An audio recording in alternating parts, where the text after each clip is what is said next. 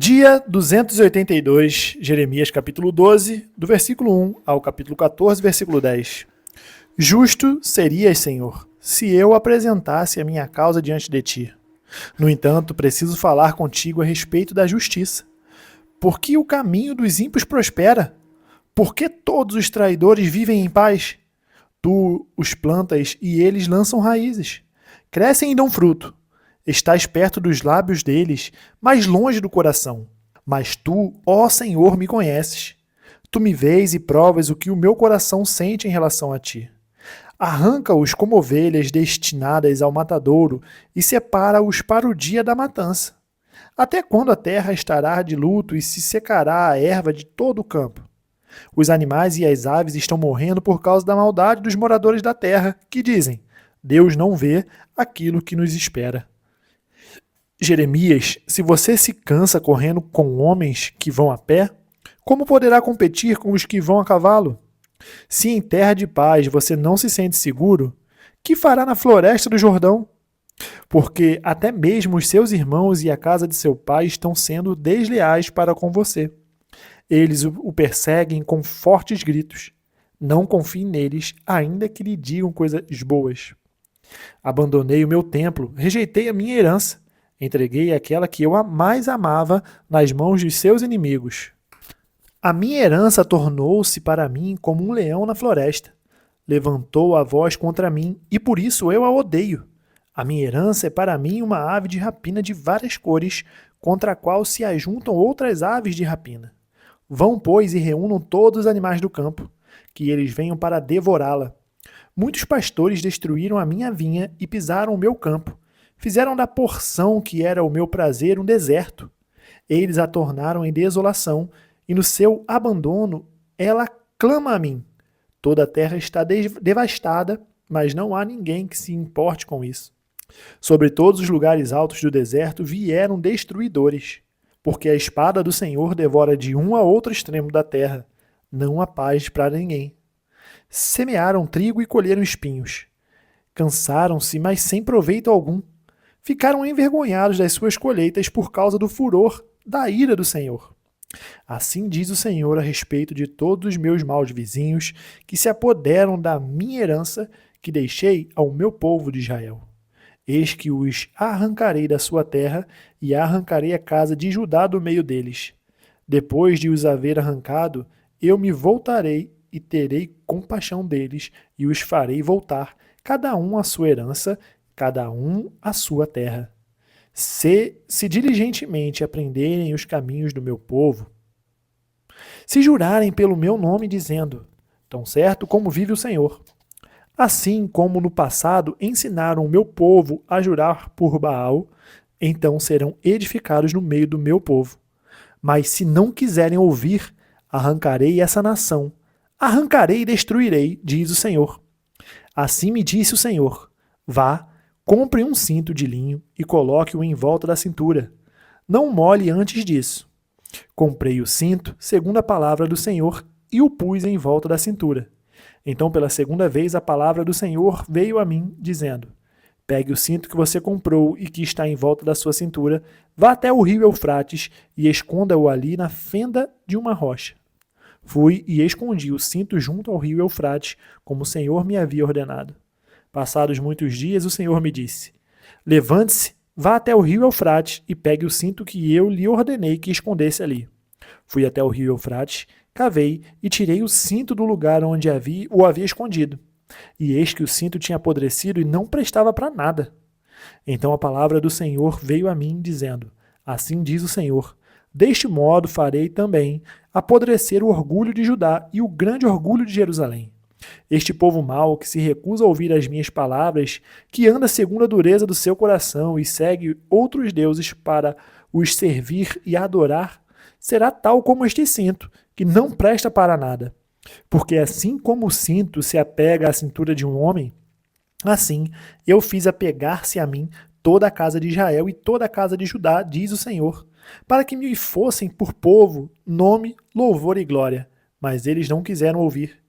Diga-lhes também esta palavra, assim diz o Senhor, Deus de Israel. Toda jarra deve ficar cheia de vinho. Então eles dirão a você, Não sabemos nós muito bem que toda a jarra deve ficar cheia de vinho? Mas você responderá, assim diz o Senhor, eis que eu vou encher de embriaguez todos os moradores desta terra, os reis que se assentam no trono de Davi, os sacerdotes, os profetas e todos os moradores de Jerusalém. Eu os farei em pedaços, atirando uns contra os outros, tanto os pais como os filhos, diz o Senhor. Não pouparei nem terei pena, nem terei compaixão deles. Nada me impedirá de destruí-los. Ouçam e prestem atenção.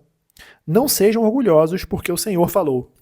Deem glórias ao Senhor seu Deus, antes que ele faça vir as trevas, antes que os pés de vocês tropecem nos montes tenebrosos, e antes que, esperando vocês a luz, ele a mude em sombra de morte e reduza a escuridão. Mas se vocês não quiserem ouvir, eu chorarei em segredo por causa do orgulho de vocês. Chorarei amargamente e os meus olhos se desfarão em lágrimas, porque o rebanho do Senhor foi levado cativo. Diga ao rei e à rainha mãe, humilhem-se e sentem no chão, porque as gloriosas coroas caíram da cabeça de vocês. As cidades do sul estão fechadas, e não há ninguém que as abra. Todo Judá foi levado para o exílio, todos cativos. Levantem os olhos e vejam os que vêm do norte. Onde está o rebanho que lhe foi confiado, o seu lindo rebanho? O que você dirá quando ele puser por cabeça sobre você aqueles a quem você ensinou a ser amigos? Será que você não sentirá dores como as da mulher que está dando à luz? Talvez você se pergunte, por que me sobrevieram estas coisas? Então saiba que foi por causa da multidão de suas maldades que as abas de sua saia foram levantadas e os seus calcanhares sofreram violência. Será que o etíope pode mudar a sua pele ou o leopardo as suas manchas? Se fosse possível, também vocês poderiam fazer o bem, estando acostumados a fazer o mal. Por isso, eu os espalharei como a palha que é levada pelo vento do deserto.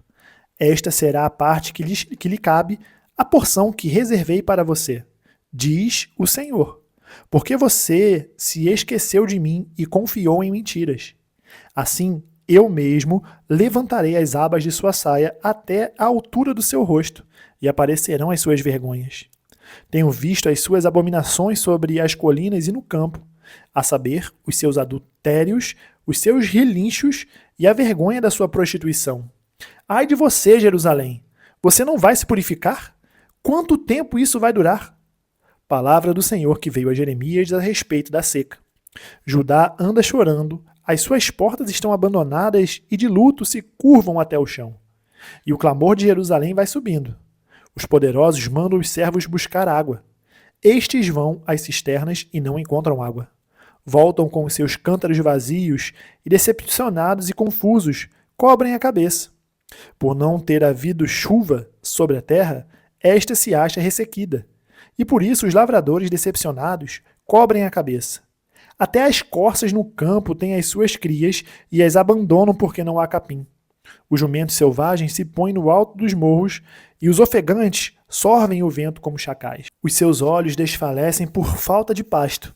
Ainda que as nossas maldades testifiquem contra nós, ó Senhor, age por amor do teu nome. Porque as nossas rebeldias se multiplicaram, pecamos contra ti. Ó esperança de Israel e redentor do teu povo no tempo da angústia, por que serias como estrangeiro na terra e como viajante que fica só uma noite?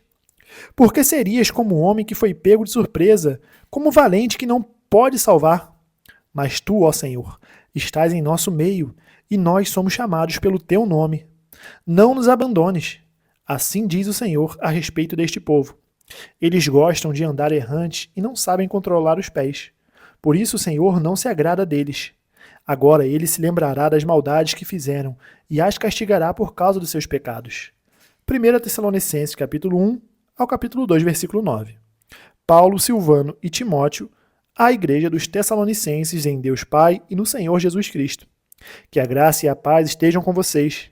Sempre damos graças a Deus por todos vocês, fazendo menção de vocês em nossas orações e sem cessar, lembrando-nos diante do nosso Deus e Pai da operosidade da fé que vocês têm, da dedicação do amor de vocês e da firmeza da esperança que têm em nosso Senhor Jesus Cristo.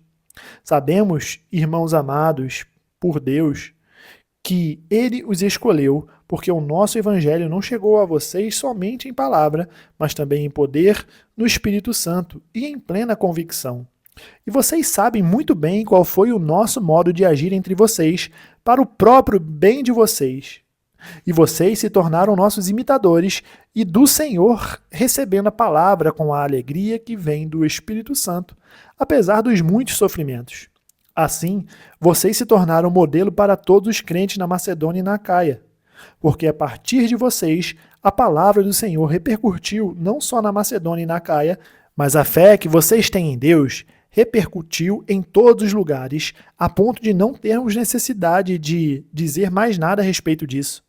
Porque no que se refere a nós, as pessoas desses lugares falam sobre como foi a nossa chegada no meio de vocês e como, deixando os ídolos, vocês se converteram a Deus para servir o Deus vivo e verdadeiro e para aguardar dos céus o seu Filho, a quem ele ressuscitou dentre os mortos, a saber, Jesus, que nos livra da ira vindoura.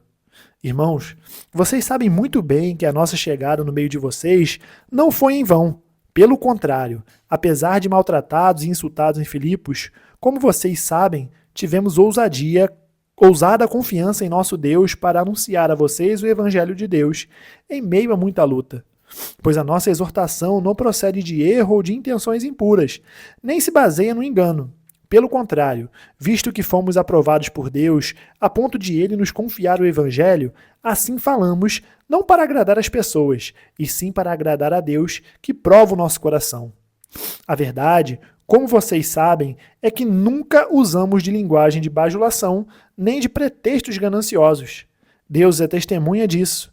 Também jamais andamos buscando elogios das pessoas, nem de vocês, nem de outros. Embora, como apóstolos de Cristo, pudéssemos ter feito exigências, preferimos ser carinhosos quando estivemos aí com vocês, assim como uma mãe que acaricia os próprios filhos. Assim, com muito afeto, estávamos prontos a lhes oferecer não somente o Evangelho de Deus, mas até mesmo a própria vida, porque vocês se tornaram muito amados por nós. Pois vocês com certeza se lembram, irmãos, de nosso esforço e fadiga e de como trabalhando de noite e de dia para não vivermos às custas de nenhum de vocês, proclamamos a vocês o Evangelho de Deus. Salmos capítulo 79, do versículo 1 ao 13. Ó Deus, as nações invadiram a tua herança, profanaram o teu santo templo, reduziram Jerusalém a um montão de ruínas. Deram os cadáveres dos teus servos por alimento às aves dos céus e a carne dos teus santos às feras da terra. Derramaram como água o sangue deles ao redor de Jerusalém e não houve quem lhes desse sepultura. Tornamo-nos objeto de deboche para os nossos vizinhos, de escárnio e de zombaria dos que nos rodeiam. Até quando, Senhor? Será para sempre a tua ira? Queimará como fogo o teu zelo?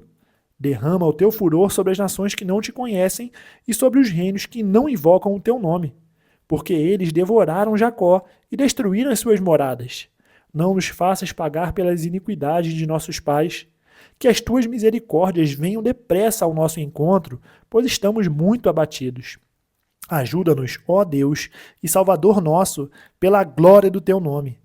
Livra-nos e perdoa os nossos pecados, por amor do teu nome. Porque diriam as nações, onde está o Deus deles? Seja manifesta entre as nações e diante dos nossos olhos a vingança do sangue dos teus servos que foi derramado. Chegue à tua presença o gemido dos prisioneiros. Com o teu grande poder, preserva os que estão condenados à morte. Retribui, Senhor, aos nossos vizinhos 7 vezes mais as afrontas com que te afrontam. Quanto a nós, teu povo e ovelhas do teu pasto, para sempre te daremos graças. De geração em geração, proclamaremos os teus louvores. Provérbios, capítulo 24, do versículo 30 ao 34. Passei pelo campo do preguiçoso e junto à vinha do homem sem juízo. Eis que tudo estava cheio de espinhos e coberto de urtigas, e o muro de pedra estava em ruínas. Ao contemplar aquilo, eu fiquei pensando. Olhei e tirei a seguinte lição. Um pouco de sono, um breve cochilo, braços cruzados para descansar, e a sua pobreza virá como um ladrão. A miséria atacará como um homem armado. Terminamos o dia 282, nós nos vemos amanhã no dia 283. Até mais.